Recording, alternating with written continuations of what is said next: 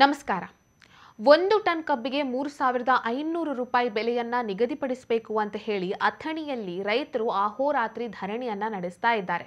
ಕಳೆದ 6 ದಿನಗಳಿಂದ ಇವರು ಪ್ರೊಟೆಸ್ಟ್ ಅನ್ನ ಮಾಡ್ಕೊಂಡು ಬರ್ತಾ ಇದ್ದಾರೆ.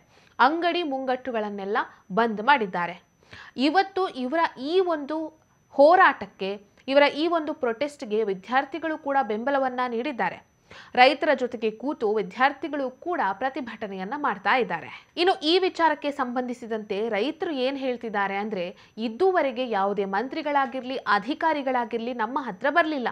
ಏನು ಸಮಸ್ಯೆ, ಯಾಕೆ ಹೀಗಾಗ್ತಾ ಇದೆ, ಇದಕ್ಕೆ ಸರಿಯಾದ ಒಂದು ಪರಿಹಾರವನ್ನು ನಾವು ಸೂಚಿಸ್ತೇವೆ ಅನ್ನುವಂತಹ ಭರವಸೆಯನ್ನು ಕೂಡ ಯಾವುದೇ ಮಂತ್ರಿಗಳಾಗ್ಲಿ ಅಧಿಕಾರಿಗಳಾಗ್ಲಿ ನಮ್ಮನ್ನ ಇಲ್ಲಿ ತನಕ ಭೇಟಿ ಮಾಡಲಿಲ್ಲ ಅಂತ ರೈತರು ತಮ್ಮ ನೋವನ್ನ ತೋಡಿಕೊಂಡಿದ್ದಾರೆ. ಮಾನ್ಯ ಮುಖ್ಯಮಂತ್ರಿ ಸಿಎಂ ಸಿದ್ದರಾಮಯ್ಯನವರು ಈ ಫ್ಯಾಕ್ಟರಿ ಮಾಲೀಕರಿಗೆ ಸರಿಯಾದ ಬುದ್ಧಿಯನ್ನ ಹೇಳಬೇಕು, ಆಗ ಮಾತ್ರ ಈ ಸಮಸ್ಯೆ ಬಗೆಹರಿಯುತ್ತೆ ಅಂತ ರೈತರು ತಾವೇ ಒಂದು ಪರಿಹಾರವನ್ನ ಕೂಡ ನೀಡಿದ್ದಾರೆ.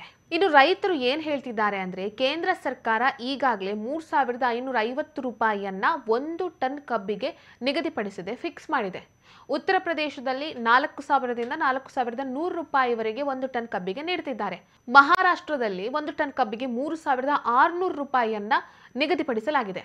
ಕರ್ನಾಟಕದಲ್ಲಿ ನಮ್ಮ ರಾಜ್ಯ ಸರ್ಕಾರ 1 ಟನ್ ಕಬ್ಬಿಗೆ 3500 ರೂಪಾಯಿಯನ್ನಾದರೂ, ಕನಿಷ್ಠ ಪಕ್ಷ 3500 ರೂಪಾಯಿಯನ್ನಾದರೂ ಇವರು ನಿಗದಿಪಡಿಸಬೇಕು, ಆಗ ಮಾತ್ರ ನಮಗೆ ಇದರಲ್ಲಿ ಸ್ವಲ್ಪನಾದರೂ ಲಾಭ ಪಡ್ಕೊಳ್ಳೋದಕ್ಕೆ ಸಾಧ್ಯ ಅಂತ ರೈತರು ತಮ್ಮ ಅಳಲನ್ನ ತೋಡ್ಕೊಂಡಿದ್ದಾರೆ. ನಿನ್ನೆ ಜಿಲ್ಲಾಧಿಕಾರಿ ಮೊಹಮ್ಮದ್ ರೋಷನ್ ಅವರು ಕಾರ್ಖಾನೆಯ ಮಾಲೀಕರ ಜೊತೆ ಮಾತನಾಡಿ 1 ಟನ್ ಕಬ್ಬಿಗೆ 3200 ರೂಪಾಯಿ ಬೆಲೆಯನ್ನ ನಿಗದಿಪಡಿಸ್ತೇವೆ, ಈ ರೀತಿ ಒಂದು ಮಾತುಕತೆ ನಡೆಸ್ತೇವೆ ಅಂತ ಹೇಳಿದ್ರು. ಆದರೆ ಇದಕ್ಕೆ ಪ್ರತಿಭಟನಾಕಾರರು ರೈತರು ಒಪ್ಪಲೇ ಇಲ್ಲ. 3200 ರೂಪಾಯಿ ಎಲ್ಲ ಆಗಲ್ಲ, ನಮಗೆ ಕನಿಷ್ಠ ಅಂದ್ರೂ 3500 ರೂಪಾಯಿ ಬೇಕೇ ಬೇಕು ಅಂತ ಪಟ್ಟು ಹಿಡಿದ್ರು. ಹಾಗಾಗಿ ಈ ಸಂಧಾನ ಸಭೆ ಕೂಡ ವಿಫಲ ಆಯಿತು. ಈಗ ಸಕ್ಕರೆ ಫ್ಯಾಕ್ಟರಿಗಳು ತಮ್ಮ ಕೆಲಸವನ್ನ ನಡೆಸಿಕೊಂಡು ಹೋಗ್ತಾನೆ ಇದೆ, ಅದೇನು ಕ್ಲೋಸ್ ಆಗಲಿಲ್ಲ. ಬೆಲ್ಲವನ್ನು ಕೂಡ ತಯಾರಿ ಮಾಡ್ತಾ ಇದ್ದಾರೆ, ಆ ಕಾರ್ಖಾನೆಗಳು ಕೂಡ ಇಲ್ಲಿವರೆಗೆ ಬಂದಾಗಲಿಲ್ಲ. ಅವರಿಗೆ ಯಾವುದೇ ರೀತಿ ಪರಿಣಾಮವನ್ನ ಬೀರ್ತಾ ಇಲ್ಲ. ಆದರೆ ರೈತರು ಮಾತ್ರ ತಾವು ಬೆಳೆದಂತಹ ಕಬ್ಬಿಗೆ ಇಂತಿಷ್ಟು ಬೆಲೆಯನ್ನ ನಿಗದಿಪಡಿಸಿ ಅಂತ ಅಂಗಲಾಚುವ ರೀತಿ ಪರಿಸ್ಥಿತಿ ನಿರ್ಮಾಣ ಆಗಿದೆ. ಬಹುತೇಕ ಸಕ್ಕರೆ ಕಾರ್ಖಾನೆಗಳೆಲ್ಲ ಇರುವಂಥದ್ದು ದೊಡ್ಡ ದೊಡ್ಡ ಪೊಲಿಟಿಷಿಯನ್ಸ್ ಇದೆ.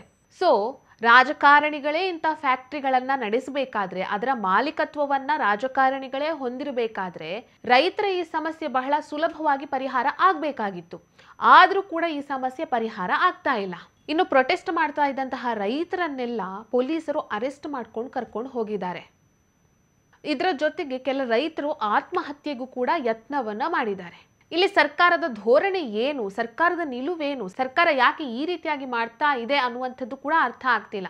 ಯಾಕಂತ ಹೇಳಿದ್ರೆ, ಯಾರೋ ಒಬ್ರು ಬಂದ್ಬಿಟ್ಟು RSSನ ಪಥಸಂಚಲನವನ್ನ ನಿಲ್ಲಿಸಬೇಕು ಅಂತ ಹೇಳಿದಾಗ ಸರ್ಕಾರ ಅದಕ್ಕೆ ಸರಿಯಾದ ಕ್ರಮಗಳನ್ನ ಕೈಗೊಳ್ಳುತ್ತೆ. ಈ ಬುರುಡೆ ಗ್ಯಾಂಗ್ನವರೆಲ್ಲ ಬಂದು ನಾವು ಅಷ್ಟೊಂದು ಹೆಣ ಹೂತಾಕಿದ್ದೇವೆ, ಇಷ್ಟೊಂದು ಡೆಡ್ ಬಾಡಿ ನಾವು ಇಲ್ಲೇ ಹೂತಾಕಿದ್ದೇವೆ ಅಂತೆಲ್ಲ ಹೇಳಿದಾಗ ಸರ್ಕಾರ ಅವರ ಮಾತಿಗೆ ಕಿವಿಗೊಟ್ಟು SITಯನ್ನ ರಚನೆ ಮಾಡುತ್ತೆ. ಪಾಪ ಈ IPS ಅಧಿಕಾರಿಗಳೆಲ್ಲ ಗುಂಡಿ ತೋಡುವಂತಹ ಕೆಲಸವನ್ನ ಕೂಡ ಮಾಡಿದ್ರು. ಅಂತಹ ಕೆಲಸವನ್ನ ಸರ್ಕಾರ IPS ಅಧಿಕಾರಿಗಳ ಕೈಯಲ್ಲಿ ಮಾಡಿಸ್ತು. ಆದ್ರೆ ಈಗ ರೈತರ ವಿಷಯ ಅಂತ ಬಂದಾಗ ಬಹಳಾನೇ ನೆಗ್ಲೆಕ್ಟ್ ಮಾಡ್ತಾ ಇದೆ. ಸೊ ಇಲ್ಲಿ ಸರ್ಕಾರ ರೈತರ ಸಮಸ್ಯೆಗೆ ಸರಿಯಾದ ಪರಿಹಾರವನ್ನ ಒದಗಿಸಬೇಕಾಗಿದೆ. ರೈತರು ಮತ್ತು ಕಾರ್ಖಾನೆಗಳ ಮಾಲೀಕರನ್ನ ಕೂರಿಸಿ ಒಂದು ಸಭೆ ನಡೆಸಿ ಈ ಸಮಸ್ಯೆಯನ್ನ ಇತ್ಯರ್ಥ ಮಾಡಬೇಕಾಗಿದೆ. ಒಂದು ವೇಳೆ ಈ ಸಮಸ್ಯೆಗೆ ಪರಿಹಾರವನ್ನ ಸರ್ಕಾರ ನೀಡಲಿಲ್ಲ ಅಂತ ಹೇಳಿದ್ರೆ ರೈತರು ತಿರುಗಿ ಬೀಳೋದ್ರಲ್ಲಿ ಯಾವುದೇ ರೀತಿಯ ಸಂಶಯ ಇಲ್ಲ. ಈ ವಿಡಿಯೋ ನಿಮಗೆ ಇಷ್ಟ ಆಗಿದ್ದಲ್ಲಿ ಲೈಕ್ ಮಾಡಿ, ಶೇರ್ ಮಾಡಿ, ಕಮೆಂಟ್ ಮಾಡಿ. ನೀವಿನ್ನು ನಮ್ಮ ಹೊಸದಿಗಂತ ಡಿಜಿಟಲ್ ಚಾನೆಲ್ ಅನ್ನು ಸಬ್ಸ್ಕ್ರೈಬ್ ಮಾಡಲಿಲ್ಲ ಅಂದರೆ ದಯವಿಟ್ಟು ಸಬ್ಸ್ಕ್ರೈಬ್ ಮಾಡಿ.